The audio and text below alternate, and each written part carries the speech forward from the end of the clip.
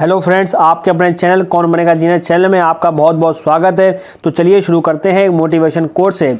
जब तक जीवन है सीखते रहो, क्योंकि अनुभव ही सबसे श्रेष्ठ शिक्षक है। इसलिए हमेशा हमें अपनी लाइफ से सीखते रहना चाहिए, क्योंकि हम सीखते रहेंगे तो इसका मतलब है हम आगे बढ़ते रहेंगे। तो इसी उम्मीद के साथ शुरू करते हैं क्वेश्चन नंबर 1। हाल ही में विश्व डाक दिवस कब मनाया गया है? ऑप्शंस ए 7 अक्टूबर, बी 9 अक्टूबर, सी 8 अक्टूबर या डी 10 अक्टूबर। आपका सही जवाब हो जाएगा ऑप्शन बी 9 अक्टूबर को। अब जान लेते हैं इसके बारे में कुछ इंपॉर्टेंट पॉइंट। विश्व डाक दिवस 9 अक्टूबर को मनाया जाता है। 9 अक्टूबर 1874 को यूनिवर्सल पोस्टल यूनियन के गठन हेतु बर्न स्विट्जरलैंड में 22 देशों ने एक संधि पर हस्ताक्षर किया था। इसी कारण विश्व डाक दिवस मनाने के लिए यह दिन चुना गया है। 1 जुलाई 1876 को भारत यूनिवर्सल पोस्टल यूनियन का सदस्य बना तथा भारत में पहली बार वर्ष 1766 में डाक व्यवस्था की शुरुआत की गई।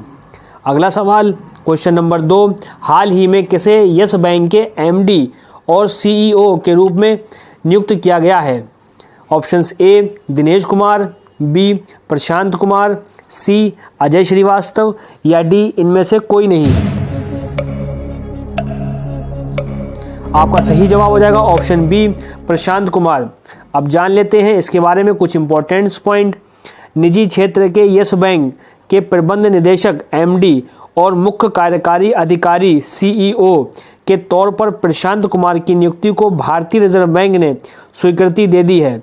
यस बैंक ने बृहस्पतिवार को शेयर बाजारों को इस मंजूरी की सूचना देते हुए कहा कि कुमार 6 अक्टूबर 2022 से 3 वर्षों के लिए बैंक के एमडी और सीईओ के रूप में कार्यरत रहेंगे।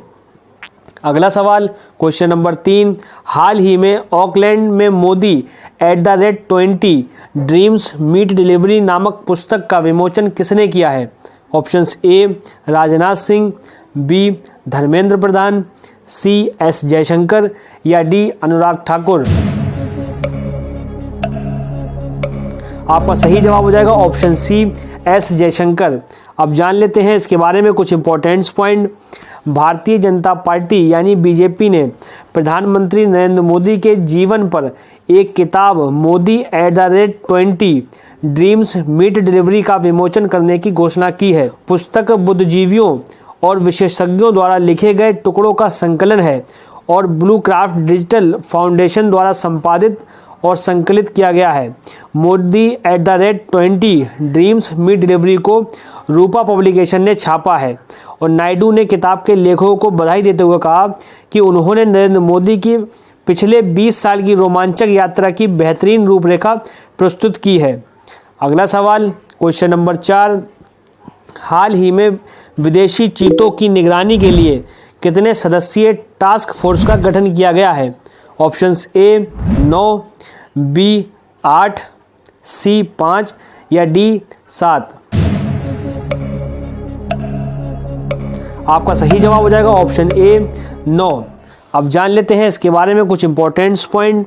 भारत सरकार ने मध्य प्रदेश के कूनो राष्ट्रीय उद्यान में चीतों की निगरानी के लिए एक टीम का गठन किया है।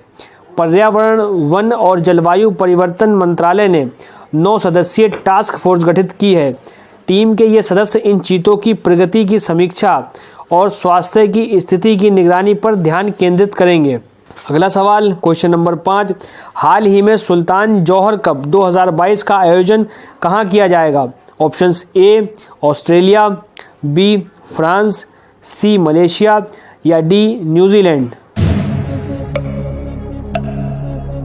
आपका सही जवाब हो जाएगा ऑप्शन सी मलेशिया में।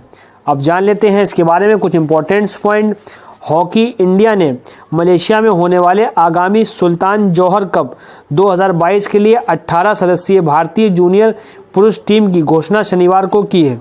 सुल्तान जौहर कप 2019 की उपविजेता भारतीय टीम 22 अक्टूबर को शुरू होने वाले टूर्नामेंट में ऑस्ट्रेलिया, जापान, दक्षिण अफ्रीका, मेज़बान मलेशिया और गत चैंपियन ग्रेट ब्रिटेन का सामना करेगी। भारतीय युवाओं की कमान उत्तम सिंह संभालेंगे।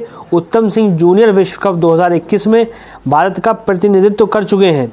जबकि एशिया कप 2022 में उन्होंने सीनियर टीम में पदार्पण किया था और बॉबी सिंह धामी को टीम का उप कप्तान चुना गया है। अगला सवाल क्वेश्चन नंबर 6, हाल ही में वाकारो ने किसे अपना ब्रांड एम्बेसडर नियुक्त किया है? Options A Ramcharan, B Ajay Kumar, C Ajay Devgan या डी स्मृति मंधाना। आपका सही जवाब हो जाएगा ऑप्शन सी अजय देवगन। अब जान लेते हैं इसके बारे में कुछ इंपॉर्टेंट पॉइंट। वकारू ने अजय देवगन को अपना ब्रांड एम्बेसडर बनाया है। यह घोषणा ऐसे समय में हुई जब ब्रांड ने पुरुषों और महिलाओं और बच्चों के लिए त्योहारी सीजन के लिए 200 से अधिक डिज़ाइन लॉन्च किए हैं। अगला सवाल क्वेश्चन नंबर 7, हाल ही में कौन सा राज्य गति शक्ति पोर्टल लॉन्च करने वाला पहला राज्य बना?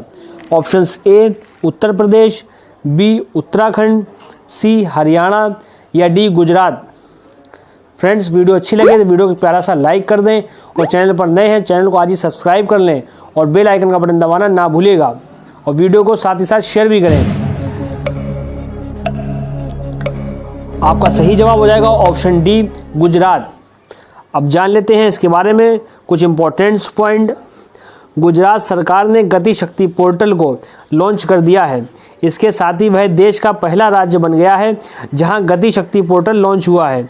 गुजरात के मुख्यमंत्री भूपेंद्र पटेल ने पोर्टल को लॉन्च किया है।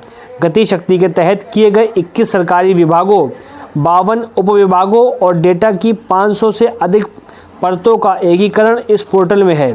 दरअसल गति शक्ति केंद्र सरकार का एक multi modal connectivity master plan है जिसके तहत सरकार के सभी विभागों को एक मंच पर लाएगी ताकि देश की तरक्की में तीव्रता लाई जा सके। अगला सवाल क्वेश्चन नंबर 8, हाल ही में किस राज्य सरकार ने दुबई के साथ समझौता ज्ञापन पर हस्ताक्षर किए हैं? Options A Haryana, B Punjab, C Sikkim या डी त्रिपुरा ने। आपका सही जवाब हो जाएगा ऑप्शन ए हरियाणा। अब जान लेते हैं इसके बारे में कुछ इंपॉर्टेंट पॉइंट। हरियाणा सरकार ने राज्य की विभिन्न आर्थिक गतिविधियों में सहयोग के लिए दुबई सरकार के साथ एक समझौता ज्ञापन को अंतिम रूप दिया है। राज्य सरकार ने शुक्रवार को जारी एक बयान में कहा कि इन गतिविधियों में निवेश, प्रोत्साहन और भूमि विकास शामिल है। इनमें रियल एस्टेट विकास, औद्योगिक पार्क, आईटी पार्क, बहुउद्देशीय टावर, मिश्रित उपयोग वाली टाउनशिप, नवाचार केंद्र और हरियाणा में लॉजिस्टिक्स से संबंधित परियोजनाएं शामिल हैं। अगला सवाल क्वेश्चन नंबर 9, हाल ही में किस राज्य के मोढेरा गांव को देश का पहला सौर संचालित गांव घोषित किया गया है? Options A Gujarat, B Rajasthan, C Haryana या डी उत्तर प्रदेश।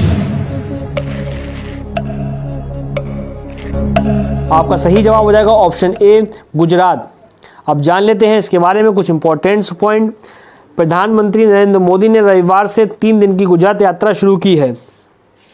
उन्होंने गुजरात के मेहसाणा जिले के मोढेरा गांव को देश का पहला सौर ऊर्जा संचालित गांव घोषित किया। सूर्य मंदिर के लिए प्रसिद्ध मोढेरा गांव की जरूरत की पूरी बिजली सोलर पावर से तैयार हो रही है।